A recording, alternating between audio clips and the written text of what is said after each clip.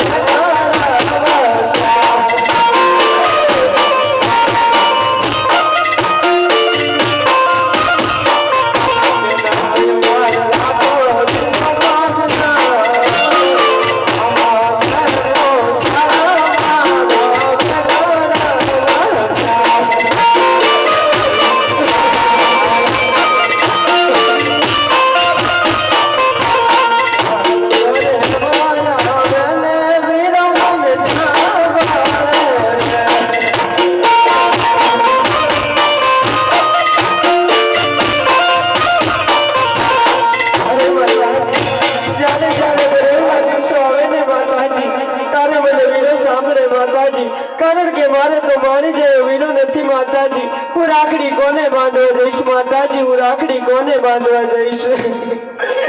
જાણે બારે બોયા મને વીરો મન